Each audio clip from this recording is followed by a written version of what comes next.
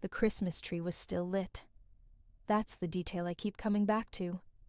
All those little white lights, and Sandra Whitfield sitting at the head of my dining room table. My table, in my house, which she had also been rearranging furniture in since she arrived 2 days prior, saying the thing she said, as though it were already decided, as though the only remaining formality was informing me. It was 7:43 in the evening, December 25th. We had finished dinner. The plates hadn't been cleared.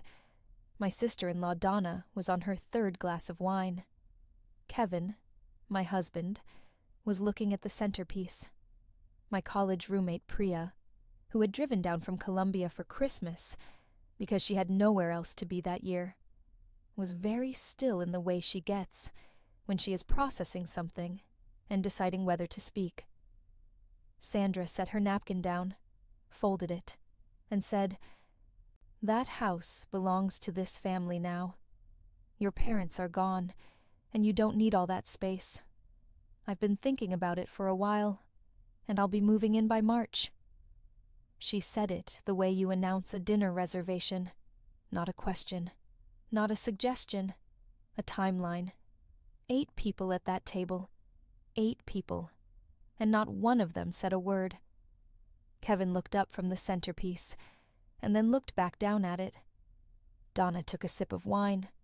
My brother-in-law Craig studied his phone. Priya met my eyes across the table, and I watched her decide to stay quiet, which was the right call. I picked up my water glass. I took a sip. I set it down. I said, "I'll look into that." Sandra smiled like I'd agreed with her. She hadn't practiced estate law for 11 years. She didn't know what that sentence meant coming from me. But here's what none of them knew.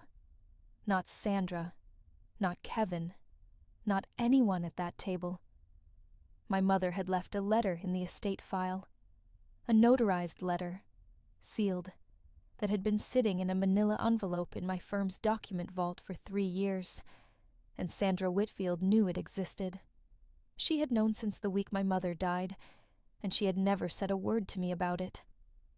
What happened in the 4 months after Christmas dinner is the reason I'm telling you this story.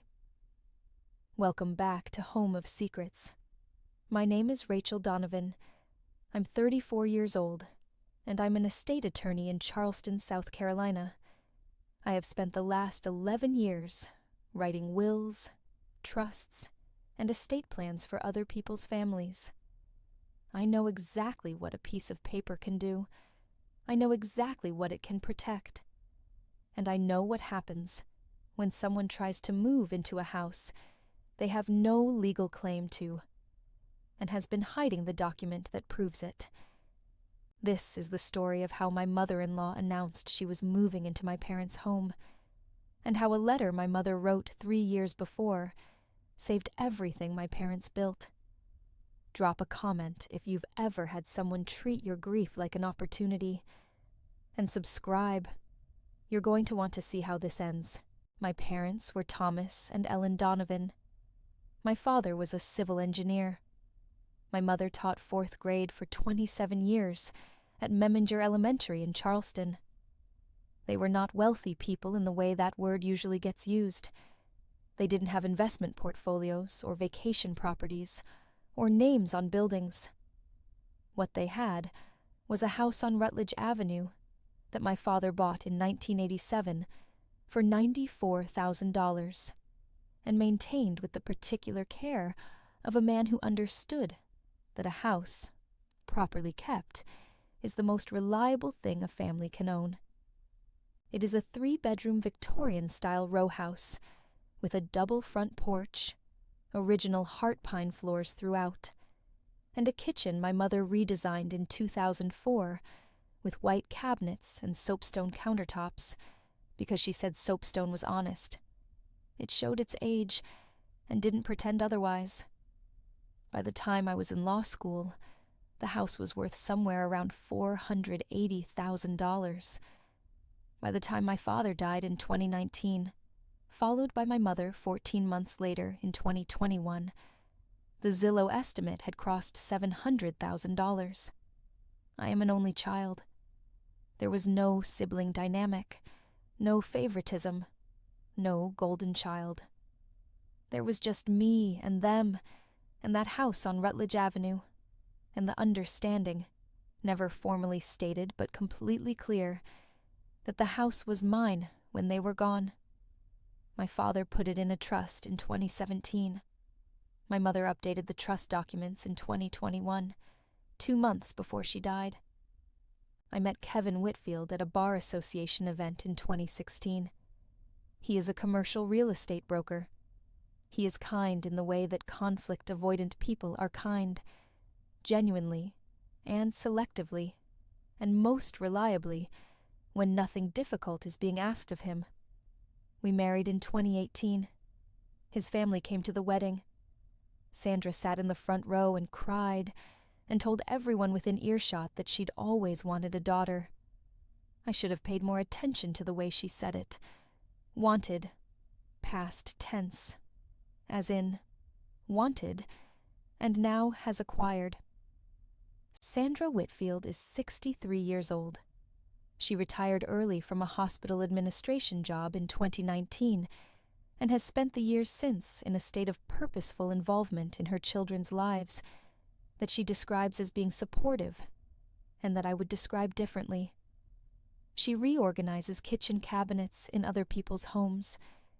She gives opinions on paint colors when none have been solicited. She refers to Kevin's and my house as the kids' place to her friends, which I learned from Donna, who thought it was funny. I did not find it funny. She first mentioned my parents' house in the fall of 2021, 3 months after my mother died. She said, over Sunday dinner, that it must be so hard to manage an empty property, and that she hoped I had good people helping me with it. It sounded like concern. It was reconnaissance. I recognized it for what it was, because I am an estate attorney, and I have watched families circle properties for 20 years. I smiled and said the house was being well cared for. That was true, and I left it there. What I didn't do, and this is the thing I've thought about most in the time since, was open the envelope my mother had left in the document vault. My mother had handed it to me herself, the week before she died, in the hospital room with the window that looked out over the parking garage. She said, "There's a letter in the file, Rachel. Don't open it until you need it." I put it in the vault. I did not open it. I trusted her timing, even when she was gone. I would need it sooner than I thought. My parents' house did not sit empty after my mother died. That is important to understand. I made a decision in September 2021 that I would maintain the property rather than sell it. Kevin and I discussed it once, briefly. He said it was my call, and he supported whatever I decided. That was the last time he engaged with the subject in any meaningful way for 2 years. The carrying costs on a $700,000 Victorian row house in Charleston are not trivial.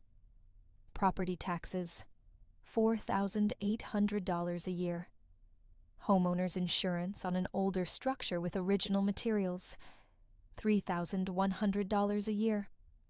Utilities kept at minimum to prevent humidity damage and pipe freeze, $180 a month average. Quarterly maintenance, gutter cleaning, HVAC servicing, pest inspection, the ongoing small repairs that an older house generates the way a garden generates weeds, $800 a quarter. Total monthly carrying cost, averaged across 38 months, from September 2021 to November 2024, $2,208. Total paid out of my personal accounts over those 38 months, $83,904. I paid it without complaint, because it was my house and my parents' legacy, and I was not going to let it deteriorate while I figured out what came next.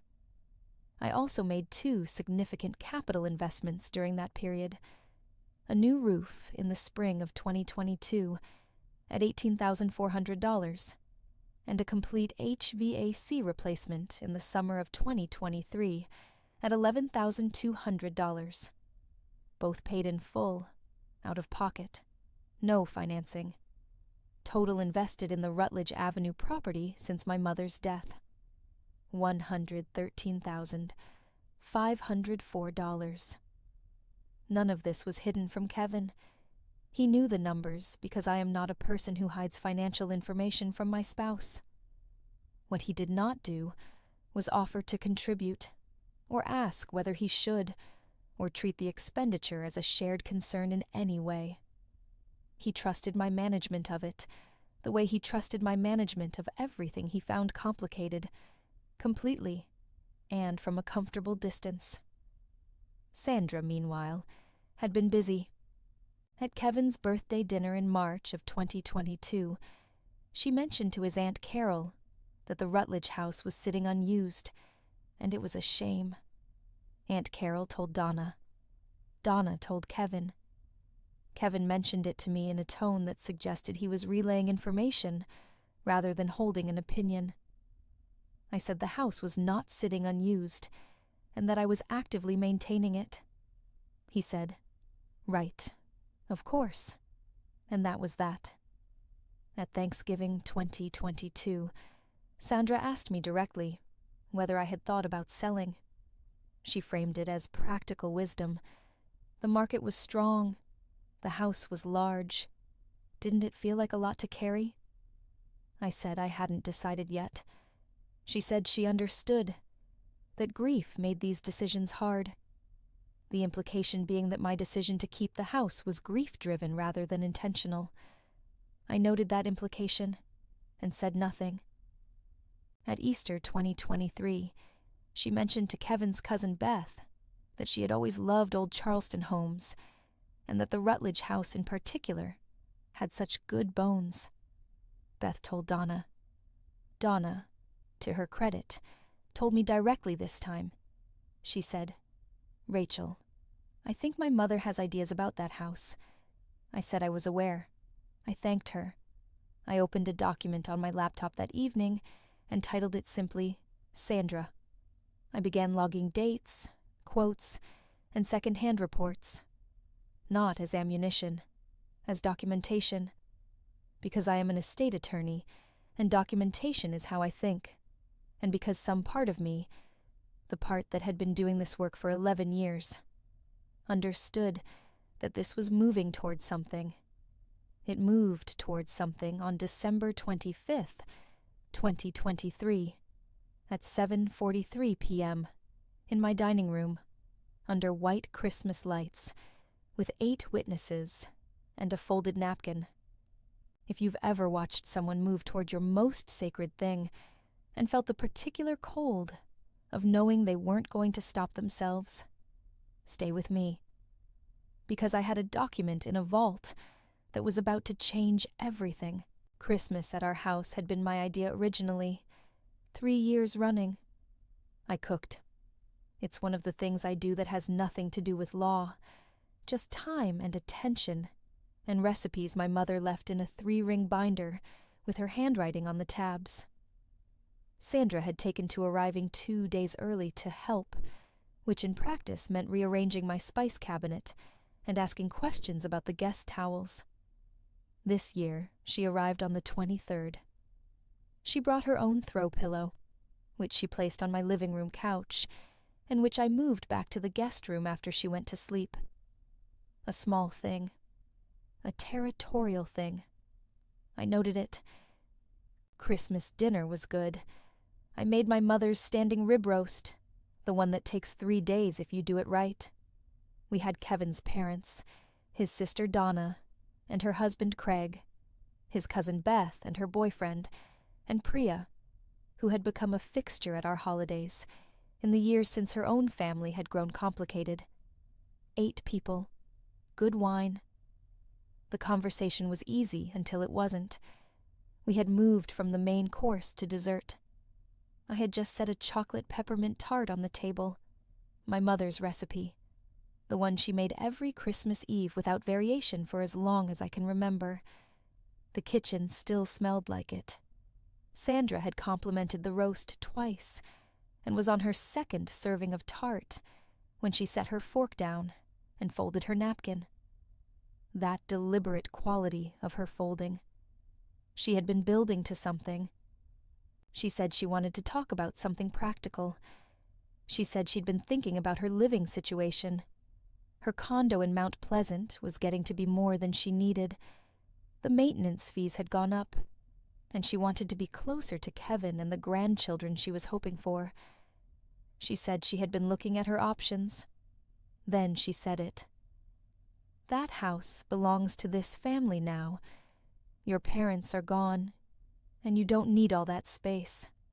I've been thinking about it for a while, and I'll be moving in by March. The Christmas tree lights, the smell of peppermint chocolate, 8 people, and not one sound except the faint noise of the street outside. Kevin looked up from the table. He looked at me. I watched him make the calculation he always makes, the one where he measures what a response will cost him against what staying quiet will cost him, and chooses quiet because the bill comes later, and later feels manageable right now. He looked back at the table. Donna looked at Craig. Craig looked at his phone. Beth looked at Sandra.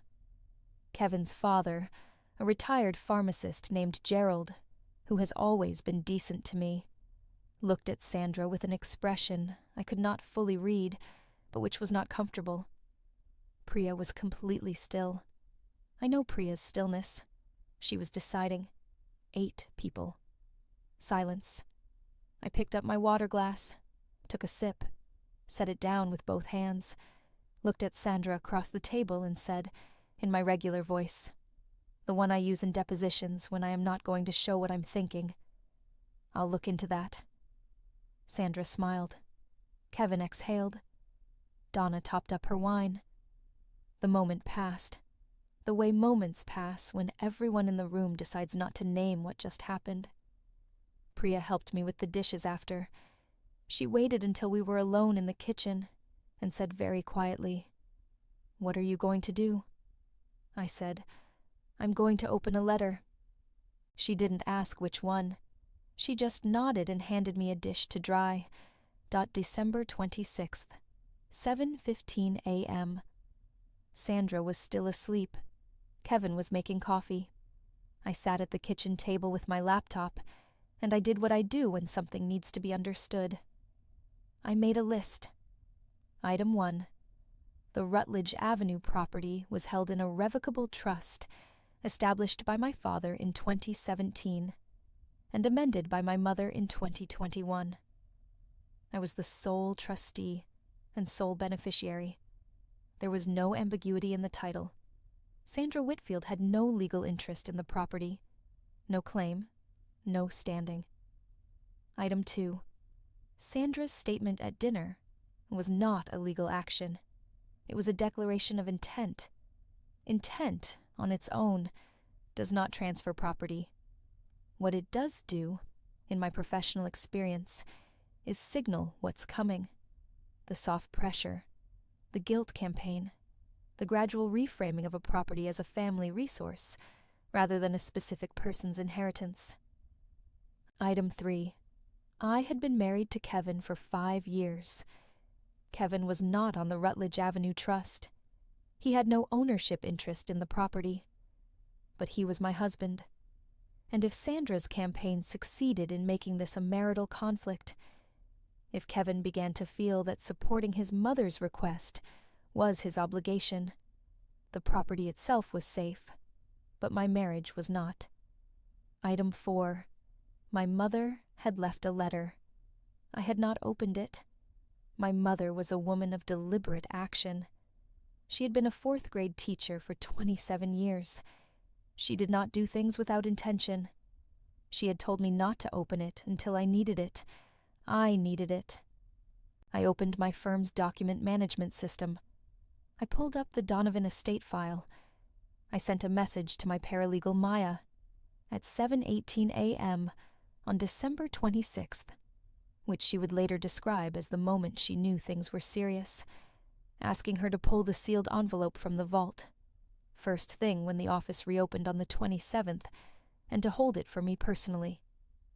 Then I closed my laptop, poured myself a coffee, and sat at my kitchen table while my mother-in-law slept in my guest room, and my husband moved around the kitchen, not asking me any of the questions he should have been asking. He said, "You okay?" I said, "I'm fine." He said, "About last night. She means well." I said, "I know." He said, "She's just practical." I said, "I know, Kevin." He poured his coffee and went to the living room. I sat at the table and thought about my mother's handwriting and what she might have known that I didn't. Sandra left on December 27th. By December 29th, Kevin's Aunt Carol had called him to say she'd heard there was some tension at Christmas, and she hoped everything was all right. Kevin told me this, with the air of a man delivering a weather report. I asked how Carol had heard. He said he wasn't sure. I was sure. Sandra had a phone and a contact list, and a talent for framing things as concern. The version of events circulating through the Whitfield family network by New Year's was this. Rachel had been cold at Christmas. Rachel was being territorial about her parents' house, in a way that wasn't healthy. Sandra had only been trying to help. She was alone. She was aging. She wanted to be near her son, and Rachel had shut her down without even considering it. It was grief, probably, or it was selfishness. Hard to say which. Donna called me on January 3rd. She said she wanted me to know what was being said. She said she didn't agree with it, but she thought I should know. I thanked her. I asked her to keep me informed if she heard anything specific. She said she would. Kevin's father, Gerald, called Kevin, not me, Kevin, on January 5th. He said Sandra was upset and that he hoped the family could find a resolution. Kevin relayed this to me. I asked him what he thought a resolution looked like. He said he didn't know. He said maybe we could find Sandra a nice place near us. I said that was a reasonable thing to look into. He seemed relieved. He did not ask my opinion on the Rutledge house. I did not offer it. I added every call, every reported conversation, every second-hand version of events to the Sandra document on my laptop. I did not respond to any of it publicly. I did not text the family group chat. I did not call Carol or Beth or any of Kevin's cousins. I did not explain myself. I went to my office on January 2nd, the first day back after the holiday, and I picked up the envelope. Maya had put it on my desk. A standard manila envelope, sealed with packing tape, my name on the front in my mother's handwriting.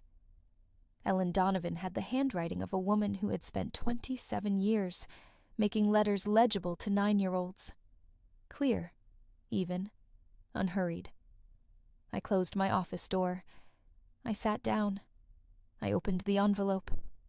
Inside was a 2-page notarized letter, dated March 14th, 2021, 6 weeks before my mother died, and a separate single page that turned out to be a trust amendment, properly executed, witnessed, notarized, that had been prepared by my mother's estate attorney, a man named Howard Gibbs, who had done their documents since 1994, and whom I had spoken to after my mother's death, about the trust, and who had not mentioned this amendment. I read the letter first.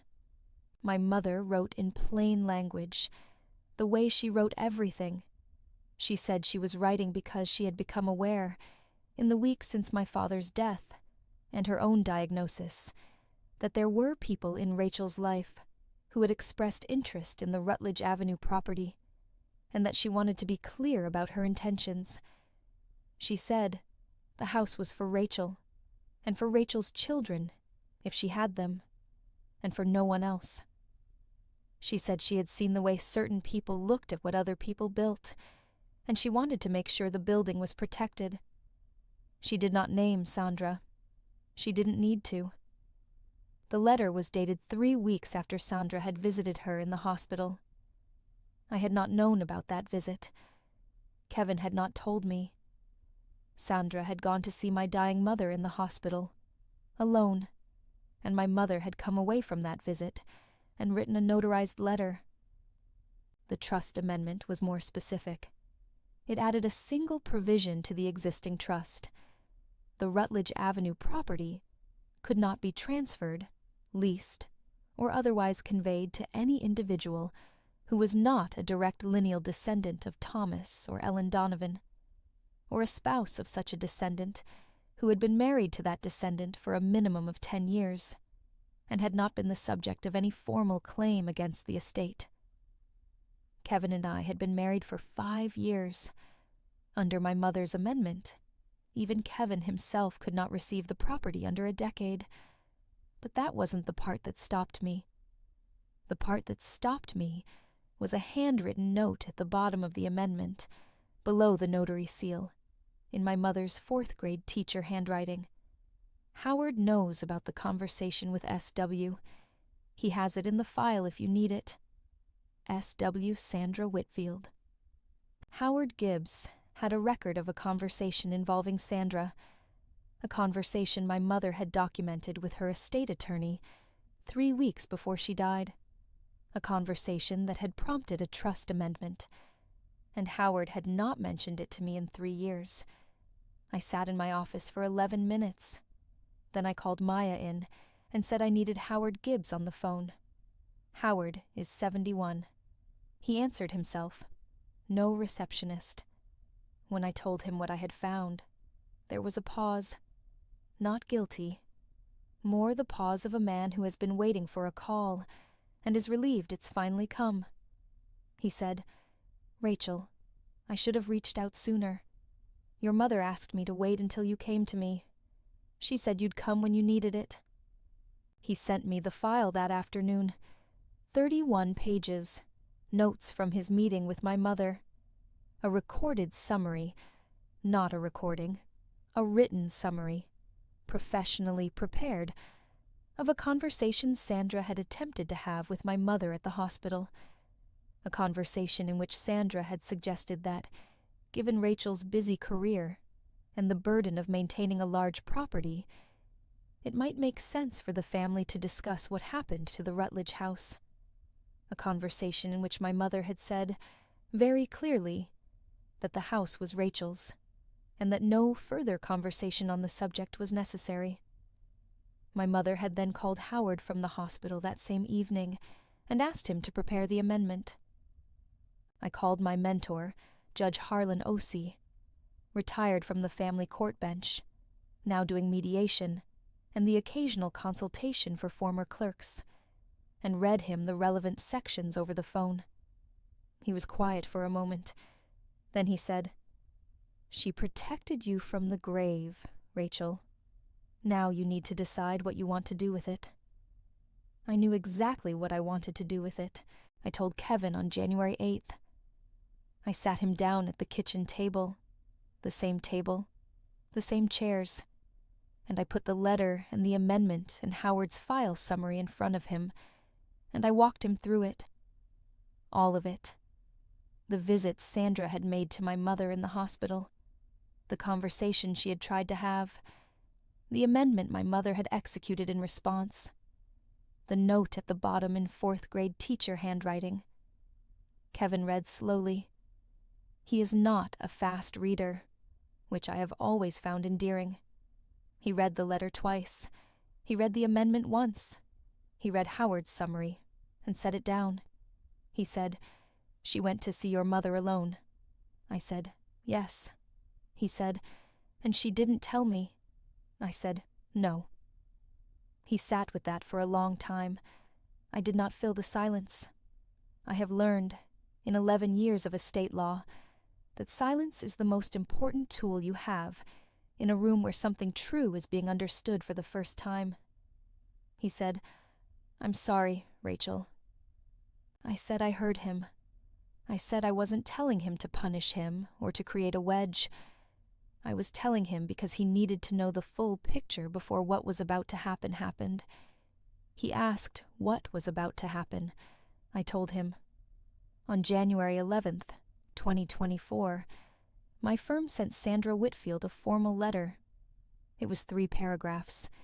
It informed her that the Rutledge Avenue property was held in an irrevocable trust. I had formalized the revocable trust into an irrevocable structure immediately after speaking with Howard, a process that took 4 days and approximately $2,400 in legal work, which I did at cost, and that the terms of the trust amendment made any occupancy by a non-qualifying individual legally untenable. It noted that the trust had been amended prior to Ellen Donovan's death in response to a specific conversation, and that the amendment was fully executed and enforceable. It advised Sandra to seek independent legal counsel if she had questions. It did not threaten. It did not accuse. It simply stated what was true. Sandra called Kevin within the hour of receiving it. I know this because Kevin told me. She said it was an attack. She said I had weaponized legal documents against my own family. She said she had only been trying to help, and that she didn't understand why Rachel had to make everything so complicated. She cried. Kevin listened. He said, "Mom, I've seen the file. I know what happened at the hospital." She said that was completely different, and he didn't understand. He said he did understand, and that he needed some time. He came home that evening and said, "What do you need from me?" I said, "I need you to come to the meeting."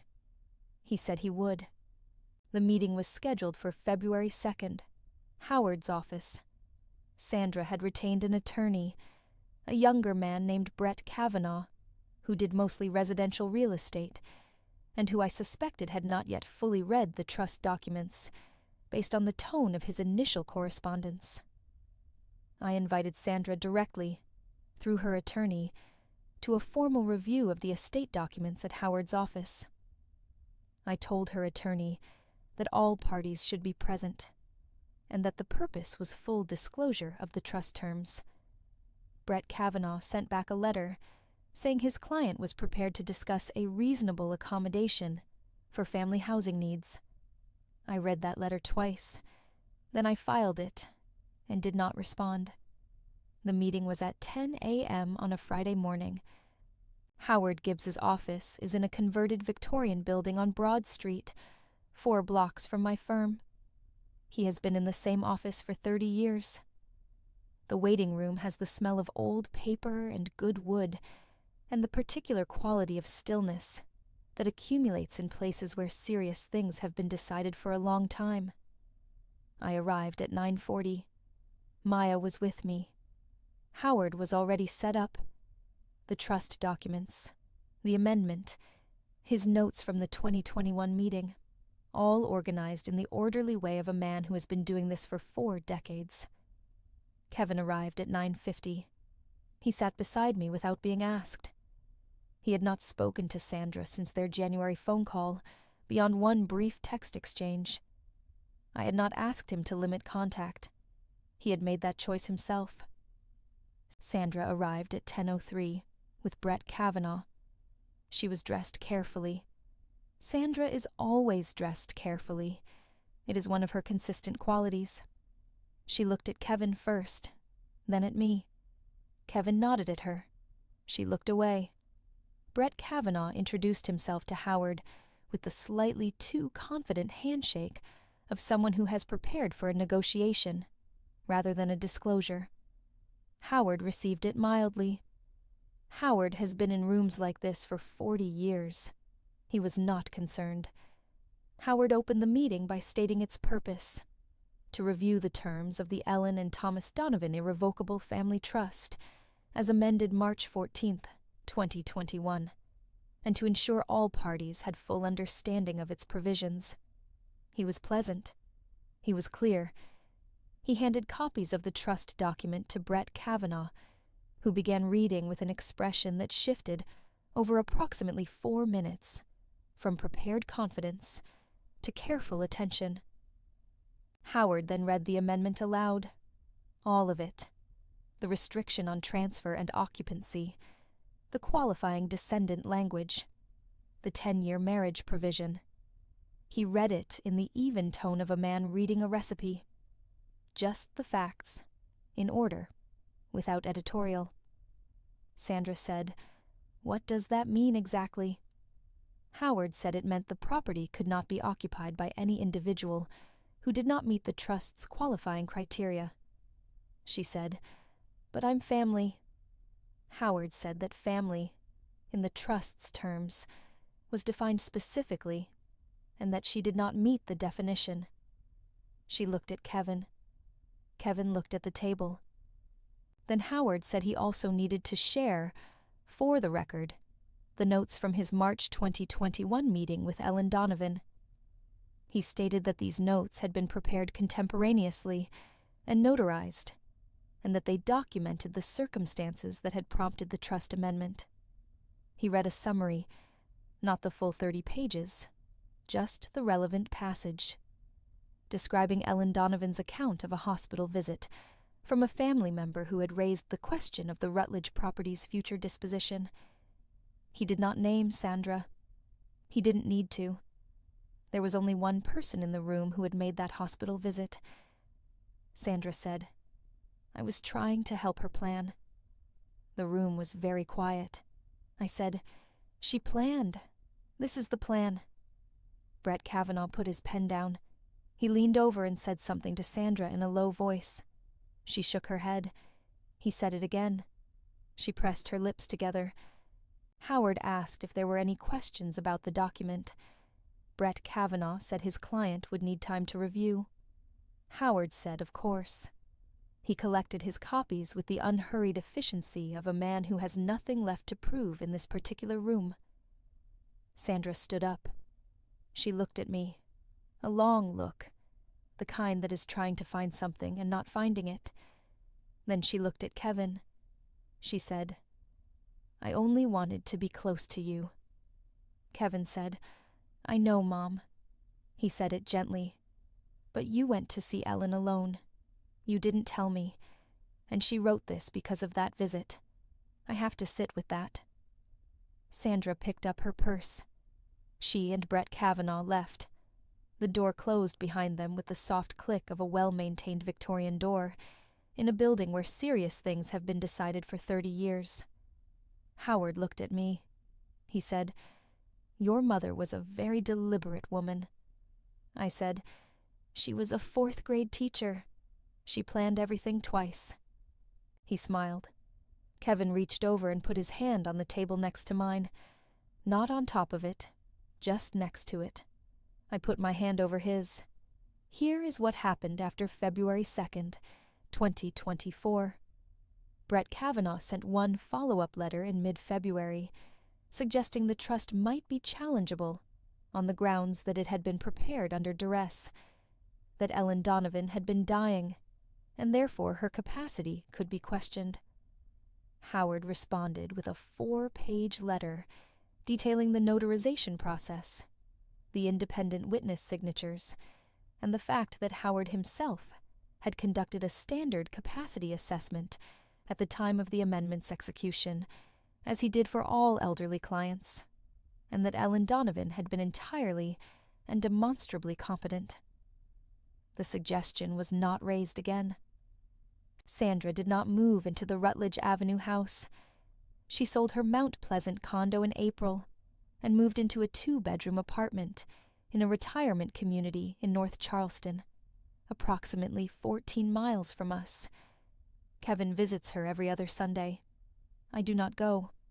This arrangement has not been formally discussed. It simply exists, the way some things in marriages exist, as an understood latitude that both people grant without naming it.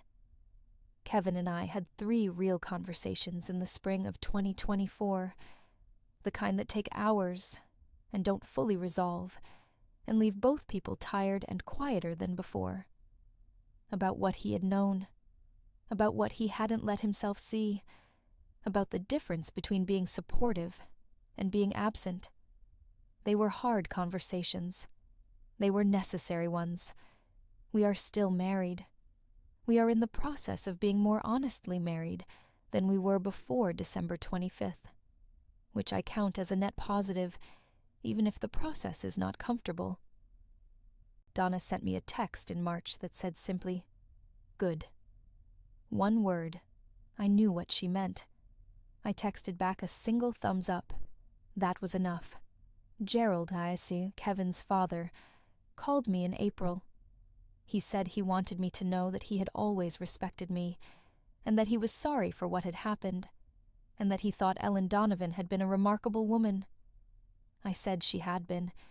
He said he'd always thought the soapstone countertops were a good choice. I laughed. It was the first time I had laughed about any of this, and it surprised me. The Rutledge Avenue house is being renovated, not sold, not occupied yet. I'm not ready for that, and I may not be for some time, and that is a decision I have given myself permission to make slowly.